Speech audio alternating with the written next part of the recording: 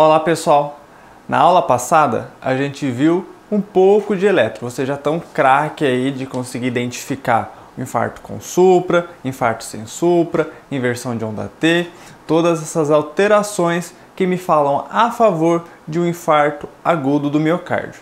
Tá? Agora que a gente já conseguiu identificar um infarto através da clínica, estratificando o risco desse paciente, avaliando os marcadores de necrose miocárdica e também o eletro, a gente vai ter que propor um tratamento para esse paciente, de acordo com a apresentação desse infarto. E dependendo de qual tipo de infarto esse paciente estiver apresentando, o tratamento será diferente. Uma coisa que a gente tem que avaliar, independente de infarto com supra ou infarto sem supra, é critérios de estabilidade clínica e instabilidade. Se o seu paciente tiver instabilidade, quais são os sinais e sintomas que ele vai te apresentar? Eu vou tentar falar alguns aqui para vocês. Olha lá, preste atenção. Se seu paciente estiver com instabilidade hemodinâmica, o que seria isso? Hipotensão refratária a esse primeiro tratamento que você está dando a ele. Outra coisa, a presença de arritmias complexas na monitorização. É outro ponto que a gente tem que prestar atenção. E também uma característica importante é se seu paciente está com uma dor refratária ao tratamento medicamentoso. Vamos supor, chega um paciente com infarto sem supra ou angina instável, ou seja, marcadores não alteraram, eletro aparentemente não tem supra, e você dá lá uma medicação para diminuir a dor desse paciente e não melhora. E a dor só vai aumentando gradativamente, apesar das medicações. Esse é um paciente que está instável. A qualquer momento ele pode apresentar um infarto com supra no seu eletrocardiograma, tá bom? E eu resolvi dividir essa aula de tratamento em infarto com supra e infarto sem supra. Na parte do infarto sem supra, eu vou falar das medicações, das medidas de suporte. Já na aula de infarto com supra, eu vou usar todo esse conteúdo que eu falei para vocês no infarto sem supra, para tratar o paciente com supra também, e acrescentando as medidas de reperfusão, que pode ser tanto química como mecânica, que eu vou comentar com vocês. Então, sem mais delongas, vamos começar a nossa aula falando primeiramente sobre o tratamento do infarto agudo do miocárdio sem supra. Então vamos lá, vamos dividir da seguinte forma. Primeiro vamos falar das medidas gerais para tratar esse paciente com infarto sem supra. O que você deve fazer? É o MOVE, é o famoso MOVE que a maioria de vocês já conhece, que é monitorizar esse paciente, ofertar oxigênio para esse paciente, quanto de oxigênio que eu tenho que dar e a partir de que saturação eu posso ofertar o oxigênio.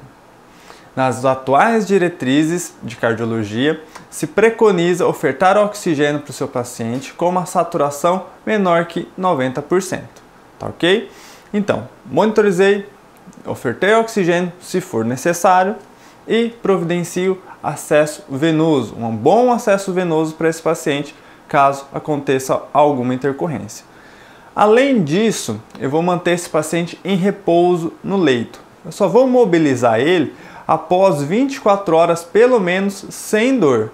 Tá? Eu não posso mobilizar esse paciente, permitir que ele vá ao banheiro, permitir que ele ande lá na sala de emergência, se ele ainda estiver em vigência de dor. Eu não quero que essa placa instabilize mais e vire um infarto com supra ou ele tenha um evento ali agudo dentro da sala de emergência. Tá? Então ele vai ter que ser mantido em repouso até se resolver, até que ele fique sem dor por pelo menos aí 24 horas. Após as medidas gerais, aquelas de suporte, você vai ofertar uma terapia anti-anginosa. Então, dividimos medidas de suporte, agora vamos falar sobre terapia anti-anginosa.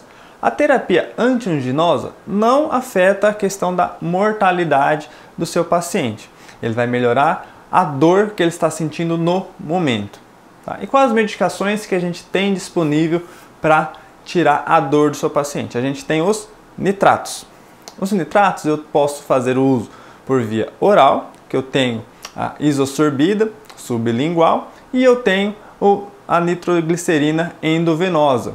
Então, a isosorbida sublingual eu posso fazer de que maneira? Eu posso fazer 5 mg com intervalo aí de 3 a 5 minutos repetindo até 3 vezes a dosagem, tá bom? Para melhorar a dor desse paciente. Após essas 3 doses de isosorbida sublingual, caso o seu paciente não melhore a dor, a gente vai lançar mão da nitroglicerina endovenosa. Essa medicação é feita através de bomba de infusão. Geralmente os hospitais que vocês trabalham têm a sua diluição padrão. Geralmente, como que é feito? É uma ampola em aproximadamente 250 ml de soro fisiológico. E a gente vai titulando a dose da medicação conforme a dor do paciente vai cessando. Uma coisa que vai fazer com que você diminua a dose da medicação, mesmo que o seu paciente ainda permaneça com dor, é a hipotensão. Essa medicação, por ser vasodilatadora, faz com que a pressão caia também. Então, se o seu paciente já estiver hipotenso e você precisar usar essa medicação e a pressão cair mais ainda, vai ser um fator limitante para você fazer o uso dessa medicação endovenosa. Uma característica que vocês têm que prestar atenção, além da hipotensão, é se o paciente fez uso de alguma medicação para disfunção erétil. Um paciente masculino chega para vocês, vocês têm que perguntar: você fez uso recente de alguma medicação para disfunção erétil? Se ele fez, é uma contraindicação absoluta para você fazer um vasodilatador, porque isso é potencializar uma hipotensão e vai piorar o infarto do seu paciente, levando ali uma estabilidade clínica muito grande, levando consequentemente esse paciente a óbito. Então você tem que perguntar para o seu paciente se ele fez uso de alguma medicação para impotência sexual, porque se ele fez uso de alguma medicação para impotência sexual, essa medicação, os vasodilatadores, vão ser contraindicados, tá? Uma contraindicação absoluta, pelo risco de hipotensão. Esse paciente fica instável hemodinamicamente e não tem medicação que consiga reverter de uma forma adequada.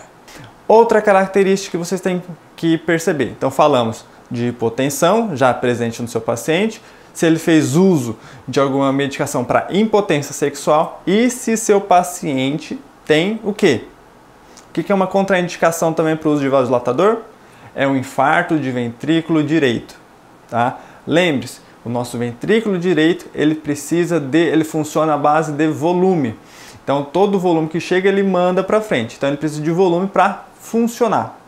E se eu faço medicação para vasodilatar, consequentemente eu vou diminuir a pré-carga desse meu ventrículo direito e vou causar uma disfunção maior ainda nesse ventrículo direito, piorando o infarto. Então, e como que eu sei que é infarto de ventrículo direito? Na aula passada a gente comentou isso. Então, vamos relembrar.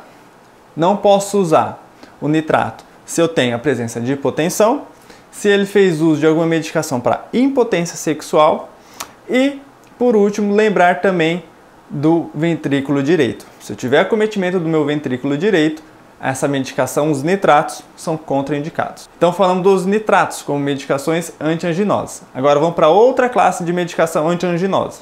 Os beta-bloqueadores também fazem parte de medicação antianginosa. Só que o beta-bloqueador, ela já consegue afetar a mortalidade desse meu paciente. É uma medicação que a gente tem que priorizar o uso. Mas, lembre-se, gente, nosso tratamento é individualizado. Aqui a gente não faz um tratamento, uma receita de bolo para todo paciente. A gente tem que avaliar cada paciente individualmente. Avaliar todos os pontos chaves para determinar se uma medicação vai ser usada ou não. E no beta-bloqueador, eu tenho um risco de fazer o que nesse paciente? Eu tenho um risco de piorar a hemodinâmica e piorar a frequência cardíaca dependendo do que esse paciente estiver apresentando.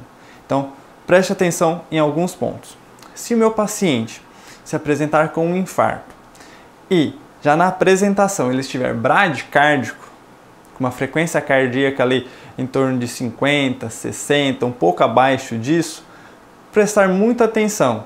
Não tenha ânsia de começar precocemente o beta-bloqueador.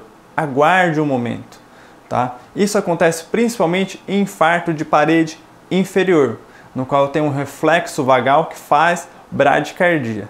E, sobrepondo a isso, eu faço um beta-bloqueador, consequentemente, vai piorar essa bradicardia e vai instabilizar esse paciente. Então, prestem atenção enquanto a isso. Outro ponto para vocês ficarem atentos ao uso do beta-bloqueador é em relação à pressão também. A mesma coisa que eu falei do nitrato serve também para o beta-bloqueador, em relação à pressão.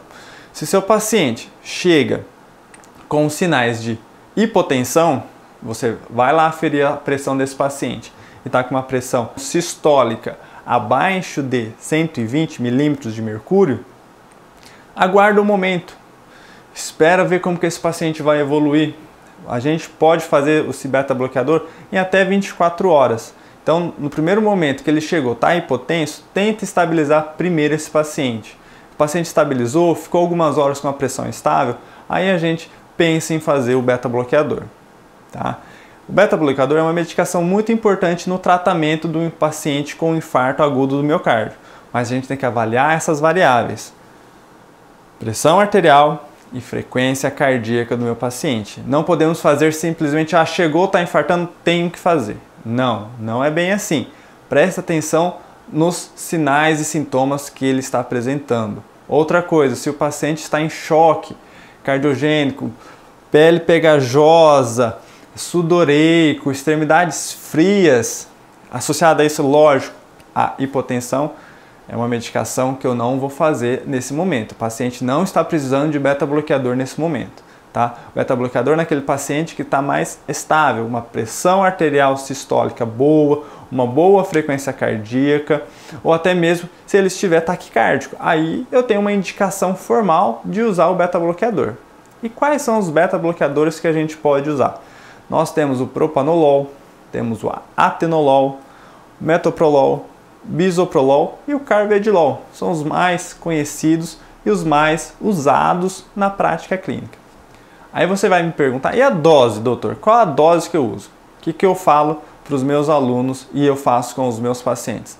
Sempre iniciar com a menor dose possível. Inicia com a menor dose, pessoal. E vai aumentando gradativamente. O que acontece? Geralmente as pessoas começam com dose baixa e esquecem de aumentar. A gente sempre tem que tentar otimizar o tratamento desse paciente para chegar à dose máxima recomendável da medicação ou a dose máxima tolerável pelo meu paciente. Mas o importante é eu sempre começar com dose baixa, para evitar que ele tenha alguma reação adversa à medicação, como hipotensão ou uma bradicardia súbita que instabilize ele nesse momento agudo do infarto. Tá? Então, de todas essas medicações que eu falei, sempre comece com a dose mínima recomendável e vá aumentando gradativamente até a dose máxima. Tá bom? Então, lembre-se, beta-bloqueador é uma medicação também anti-anginosa que afeta sim na mortalidade desse meu paciente. Agora, a nossa última medicação anti-anginosa é a morfina. A medicação amplamente presente nos pronto-socorros de todo o país, então é uma medicação de fácil acesso. Como que eu posso fazer a morfina? A morfina geralmente eu posso fazer de 1 até 5 miligramas em bolos nesse meu paciente, que eu posso repetir de 5, um intervalo de 5 a 30 minutos, a depender da dor desse meu paciente. É uma medicação de primeira escolha? Nem tanto. Primeiramente eu tento fazer um nitrato, se assim for, o paciente tiver condições de receber, e também um beta-bloqueador. Caso o meu paciente não responda com o nitrato ou com o beta-bloqueador, aí eu lanço mão da morfina, tá bom? Então a morfina é uma medicação também importante para o tratamento da dor desse meu paciente, ali no cenário agudo, no cenário de sala de emergência, só que ela também leva a algum quadro de instabilidade hemodinâmica, lembre-se disso. Mesma coisa que eu falei nas anteriores, se o paciente estiver muito hipotenso, a morfina não vai ser a melhor droga para eu fazer nesse paciente, porque vai piorar a instabilidade hemodinâmica dele. Tá bom? Então preste atenção disso. Lembrando que doses altas da morfina também vai fazer o quê? Fazer o rebaixamento do centro respiratório. O paciente vai começar a hipoventilar. Caso você pese a mão na morfina, faça uma dose muito elevada, lembre-se do antídoto. Qual que é o antídoto da morfina? É a naloxona. Eu posso fazer a naloxona de 0,4 a 0,8 miligramas para tentar reverter a dose muito elevada da morfina que você administrou. Então vamos relembrar. Temos o nitrato, temos beta-bloqueador e temos a morfina. Falamos agora da nossa terapia antianginosa. Agora vamos para a nossa terapia antiplaquetária. Agora da nossa terapia antiplaquetária, quais as medicações que a gente vai falar? Vai falar do AS e dos inibidores do ADP plaquetário, correto? O AS é a medicação que tem que ser feita em todos os pacientes, pessoal, todos. Exceto se esse paciente que chegou lá tiver muito azar, falar que já usou AS previamente, teve uma reação anafilática muito grave. Aí nesse paciente não dá para usar. Mas caso contrário, para todos os meus pacientes eu vou usar. E qual a dose? De 160 mg até 325 mg. No Brasil a gente tem comprimidos de 100 mg, ou então eu posso dar 200 mg ou 300 mg. Vou lá e dou para o meu paciente assim que ele chegar e você estiver confirmando um diagnóstico de infarto agudo do miocárdio. Não esqueçam do AS, dose de 200 até 300 mg do AS. Agora, dos inibidores do ADP, eu tenho o clopidogrel, ticagrelor e prasugrel. Dos inibidores do ADP plaquetário, a gente tem as doses de ataque. E como que é a dose de ataque? Vamos falar primeiramente do clopidogrel.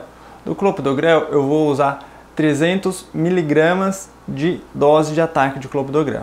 Tá? Em que situação que eu não vou fazer dose de ataque? Quando o meu paciente estiver acima de 75 anos. Tiver 75 anos ou mais. Aí eu não faço os 300 mg de dose de ataque, correto? E a manutenção são 75 mg uma vez ao dia. Tá? Então essa foi a dose do clopidogrel. E qual que é a outra medicação? O ticagrelor. O ticagrelor é uma medicação mais nova que o clopidogrel. É uma medicação que infelizmente eu não tenho uma distribuição ainda em centros de saúde. É uma medicação um pouco mais cara que o clopidogrel, mas em compensação é uma medicação melhor, tem um melhor efeito nos pacientes com infarto agudo do miocárdio. A dose de ataque é de 180 mg de ticagrelor. Eu faço ali numa tacada só 2 comprimidos de 90 mg. Só não vou fazer a dose de ataque no paciente idoso, acima de 75 anos. Pacientes idosos eu não faço dose de ataque, correto? Nesse paciente, lembre-se que eu estou falando do infarto sem supra. Quando eu for falar do infarto com supra, eu vou comentar essas dosagens novamente, tá? Então, grave isso daqui para o infarto sem supra. E depois a dose de manutenção é 90 mg 2 vezes ao dia do ticagrelor. A última medicação é o prasugrel. A dose de ataque é 60 mg e a dose de manutenção é 10 mg uma vez ao dia. Essa medicação eu tenho o uso mais restrito. Ela tem algumas contraindicações. Pacientes com baixo peso eu não vou usar, ou seja, pacientes abaixo de 60 kg é contraindicado o uso dessa medicação. Se o paciente já teve AVC ou AIT prévio, eu também não vou usar. Se o meu paciente tem 75 anos ou mais, eu nem uso essa medicação, não posso nem usar essa medicação. E é recomendado o uso dessa medicação se eu já tenho conhecimento prévio da sua anatomia coronariana. Então, essa medicação tem várias restrições para o uso dela. Então, acaba que na prática médica fica um pouco mais difícil eu usar o prasugrel. Então, que eu acabo usando mais? Clopidogrel e o ticagrelor. Tá, pessoal? Então, lembrando, da medicação antiplaquetária, temos o AS, temos o clopidogrel e temos o ticagrelor. O prasugrel, ele fica um pouco mais restrito, é um pouco mais difícil de se usar, tá ok? Agora vamos falar da nossa terapia anticoagulante. Na nossa terapia anticoagulante, eu lanço mão de algumas medicações. A enoxaparina, a heparina não fracionada e o fondaparinux. Vamos falar da nossa enoxaparina. A enoxaparina, ela tem a posologia mais fácil e o meio de administração também mais fácil em comparação à heparina não fracionada. Qual que é a dose? Eu posso usar 1 mg por quilo de peso 2 vezes ao dia. Exemplo, se meu paciente tem 60 kg, eu vou fazer 60 mg subcutâneo 2 vezes ao dia. Junto da primeira dose da enoxaparina, eu posso fazer 30 mg de enoxaparina endovenosa. É a dose de ataque da nossa terapia anticoagulante, certo? Algumas particularidades. Se o meu paciente tem acima de 75 anos, qual que é a dose que eu vou usar? É 1 miligrama? Não, é 0,75 miligramas por quilo de peso 2 vezes ao dia, tá bom? Então você pega lá, se o paciente tem 60 quilos, você multiplica por 0,75, vai sair a dosagem e você coloca essa dosagem 2 vezes ao dia. E se o meu paciente tem uma doença renal crônica com clearance de creatinina menor do que 30, como que é a dosagem? A dosagem é de 1 miligrama por quilo de peso 1 vez ao dia. Exemplo, se meu paciente tem 60 quilos, eu faço 60 miligramas subcutâneo 1 vez ao dia. A enoxaparina não seria a mais indicada, por conta de eu não ter um controle muito adequado nesses pacientes renais crônicos com clearance abaixo de 30. O ideal é eu fazer a dosagem do fator anti-10A. Se eu não tenho disponível, às vezes o mais indicado é o uso da heparina não fracionada. O uso da heparina não fracionada não é tão usado no nosso cotidiano devido a quê? Ao seu difícil manejo. Gente, a heparina não fracionada vai ter que ser feita em bomba de difusão, de forma contínua. E não existe uma dose fixa para o meu paciente. Eu vou ajustando a dose através do valor do TTPA, que tem que estar aproximadamente de 1,5 a 2 vezes o valor padrão, o valor controle, certo? E com isso, eu tenho que ficar coletando o TTPA de 6 em 6 horas no início do meu tratamento, para que eu não aumente muito a chance de sangramento ou deixe meu paciente abaixo da faixa terapêutica, correto? Então, por ser uma medicação que não tem dose fixa, eu tenho que ficar coletando exames laboratoriais, o TTPA, de 6 em 6 horas, acaba que na prática médica o uso da bomba de heparina fique muito difícil, muito complicado, tá? Devido a todo esse manuseio de coleta de exame e ficar ajustando a dose da heparina não fracionada. Mas ela é uma alternativa naqueles casos que eu tenho um paciente renal crônico com risco de sangramento, no qual eu posso suspender essa medicação e eu tenho um antídoto a ser feito, que é a protamina, que vai reverter o uso ali da heparina, diminuindo assim a chance de algum evento de sangramento, correto? Agora a nossa próxima medicação é a Fondaparinux. O Fondaparinux eu posso usar ele apenas 1 vez ao dia na dose de 2,5 miligramas ao dia. Então o Fondaparinux é uma excelente medicação, é uma medicação não inferior à enoxaparina.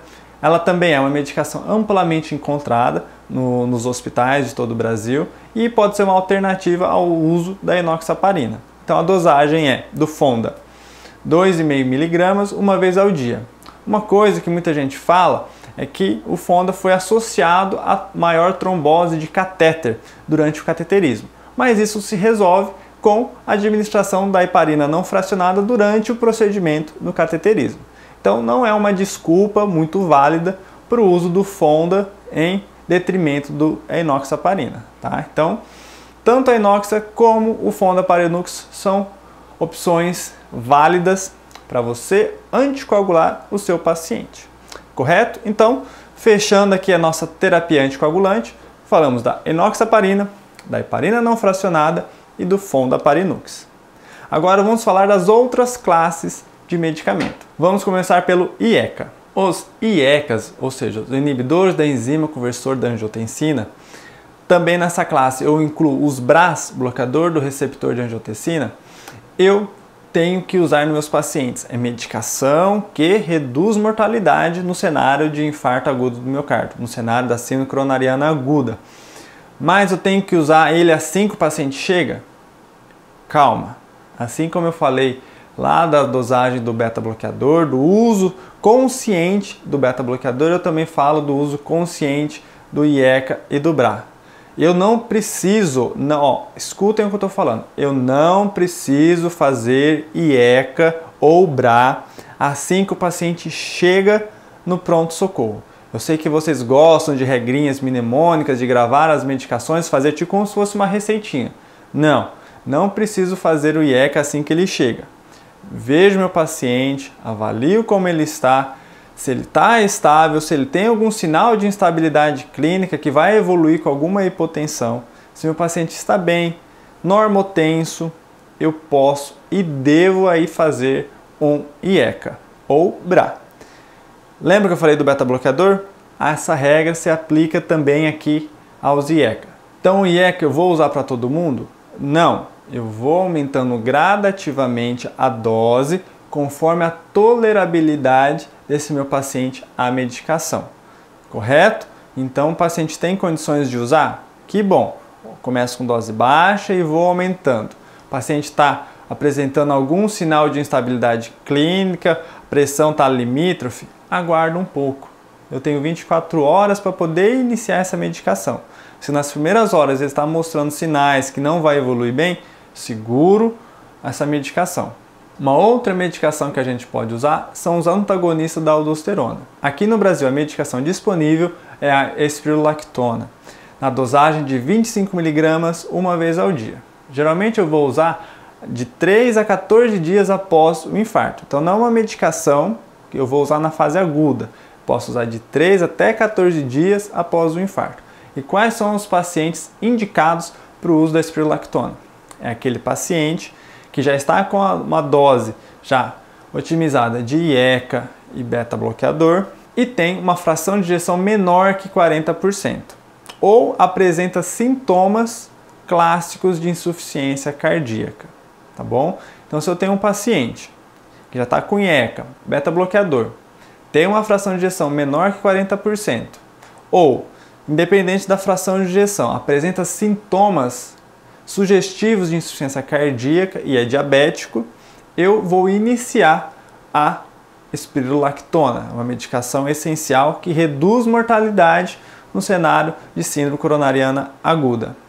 Correto? É uma medicação que no pronto-socorro vocês não vão ter contato, porque vocês não vão estar acompanhando esse paciente depois na enfermaria. Tá? Mas é uma medicação importante para vocês saberem. A outra medicação que a gente não pode esquecer são as estatinas, gente. A estatina tem a função de estabilizar a placa desse paciente, é uma medicação anti-inflamatória, tem os seus efeitos pleotróficos que a gente fala, que é sobre o vaso, ali estabilizando a placa, diminuindo a inflamação do vaso, que melhora consequentemente a vida desse meu paciente. Então não se esqueçam da estatina. Se eu inicio a estatina precocemente, a adesão desse paciente depois ambulatorialmente é melhor. E qual a estatina que eu posso usar? Eu vou usar a estatina de alta potência. Eu vou usar a atorvastatina 40 ou 80 mg ou a rosuvastatina 20 a 40 mg. Tá? Lembre-se dessas estatinas. Paciente que já teve um evento é um paciente de alto risco. Então eu uso altas doses de estatina, que é representada pela torva 40 a 80 mg ou pela rosuva 20 a 40 mg. Certo? Então a gente encerra por aqui o tratamento do infarto sem supra. Agora eu vou falar de alguns detalhes do nosso tratamento do infarto agudo do miocárdio com supra de ST. Correto? Então, galera, vamos falar do tratamento do infarto com supra. Eu quero focar aqui nas terapias de reperfusão, que pode ser tanto química como mecânica, tá? Nosso paciente, vamos fazer um exemplo para vocês entenderem melhor. Vamos falar que esse paciente chega numa UPA e nessa UPA, lógico que não tem uma hemodinâmica. Então eu vou avaliar se no local que eu estou trabalhando eu tenho trombolítico para poder tratar esse meu paciente. Então o paciente chega, eu faço o diagnóstico de um infarto com supra e descubro que lá na UPA tem um trombolítico. Diante disso eu posso ter duas possibilidades. Eu tratar esse paciente com trombolítico ali na nossa unidade ou transferir ele para um hospital terciário que tem um serviço de hemodinâmica para se fazer uma angioplastia, se fazer um cateterismo e descobrir qual a artéria acometida e, se passível for, tratá-la. O que vai determinar? É o tempo de transferência. Liguei para o meu hospital, pedi uma vaga para o meu paciente. Eles falam, temos a vaga, pode transferir esse meu paciente. Essa transferência vai ser dentro de 2 horas, ou seja, 120 minutos, eu consigo tirar ele do meu serviço, a partir do momento que eu fiz o contato com esse outro hospital. E a transferência dele vai demorar menos que 2 horas, eu transfiro meu paciente para outro hospital para ser feito o cateterismo. Ah não, você liga para esse hospital, e aí descobre que esse hospital está cheio, não tem vaga, não tem leito de UTI, a hemodinâmica está em manutenção. Então, nesse caso, ou outra possibilidade, o tempo de transferência vai ser maior que 120 minutos. Eu resolvo a vida do meu paciente ali onde eu estou. Eu vou fazer o trombolítico, correto? Então, você está num serviço, você tem um trombolítico disponível. Você tem essas duas possibilidades. Transferir, caso o tempo de transferência seja menor que 120 minutos, ou trombolizar esse meu paciente. Qual que é o tempo ouro que a gente fala para trombólise caso eu faça isso no meu serviço? É o tempo porta-agulha e ele tem que ser de no máximo 30 minutos. Ou seja, uma resolução rápida desse meu paciente. Chegou, coletei a história, fiz o eletro, identifiquei o supra, liguei para outro serviço, não tem possibilidade de transferência, eu já faço o trombolítico ali no hospital, tá? Dentro desses 30 minutos. Só que antes de fazer a medicação, você tem que conversar com o seu paciente, falar dos riscos e benefícios, assim também como falar com os familiares dos riscos e benefícios, que é uma medicação segura, mas só que também tem a possibilidade de ocorrer eventos adversos, como sangramento, tanto do trato gastrointestinal como do sistema nervoso central. São eventos que acontecem? Acontecem, só que são muito raros de acontecer, tá bom? Então, se o paciente tem indicação, faça essa medicação, porque você irá salvar vidas. Então, prestem atenção para poder fazer essa medicação da forma correta. E para fazer da forma correta, a gente tem que avaliar quais são as indicações e quais são as contraindicações. Observem aí na tabela. Nós temos as contraindicações absolutas e as contraindicações relativas. Olhem aí a primeira tabela das contraindicações absolutas. No geral, o que fala? É paciente que já teve um acidente vascular hemorrágico ou um AVC isquêmico recente. O paciente já tem uma lesão estrutural no sistema nervoso central, fez uma cirurgia no sistema nervoso central dentro dos últimos 2 meses, tem uma suspeita de dissecção, teve algum trauma, tem uma hipertensão grave não controlada. Então, pessoal, olhando tudo isso aqui, a contraindicação absoluta fala a favor de situações que vão favorecer um sangramento que vai levar esse paciente a piorar o quadro clínico que ele está. Então, presta atenção nessas contraindicações. Agora, nas contraindicações relativas, é um AVC com mais de 3 meses, é uma hipertensão sistólica acima de 180 ou diastólica acima de 110. Por que contraindicação relativa? Porque eu posso fazer uma medicação para baixar essa pressão e aí essa pressão normaliza e eu faço a medicação, o trombolítico. O uso de anticoagulantes orais quando o IMR está muito alto, se o paciente teve uma parada acima de 10 minutos, se ele fez uma cirurgia de grande porte nas últimas 3 semanas, a grávida, uma úlcera péptica, demência.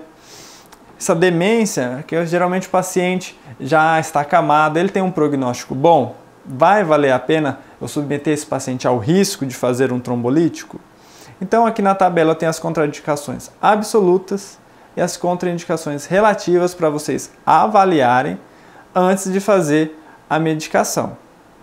O trombolítico eu posso fazer até 12 horas do início da dor, só que o melhor efeito do trombolítico, ou seja, que vai ter maior eficácia desse trombolítico, é nas primeiras 3 horas.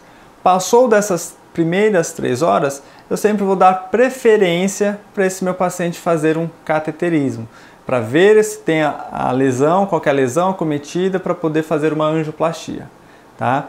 Mas eu posso fazer o trombolítico com até 12 horas de evolução de dor. Lembrando que cada hora que passa mais com dor esse paciente, menor vai ser a eficácia desse trombolítico. E quais são as medicações que a gente tem disponível? A gente tem a streptokinase, a alteplase e a tenecteplase. A streptokinase é a medicação que a gente está deixando um pouquinho de lado, uma medicação que tem muitas reações adversas, como hipotensão, reação anafilática. Tá? E a gente tem medicações mais modernas, como a alteplase e a tenecteplase. As duas medicações, a alteplase e a tenecteplase, as doses são conforme o peso do meu paciente, o que difere uma da outra. A alteplase, a medicação que eu faço um bolus de ataque de 15 mg e depois divido conforme o peso do meu paciente. Fazer uma dose em 30 minutos e depois em 1 hora.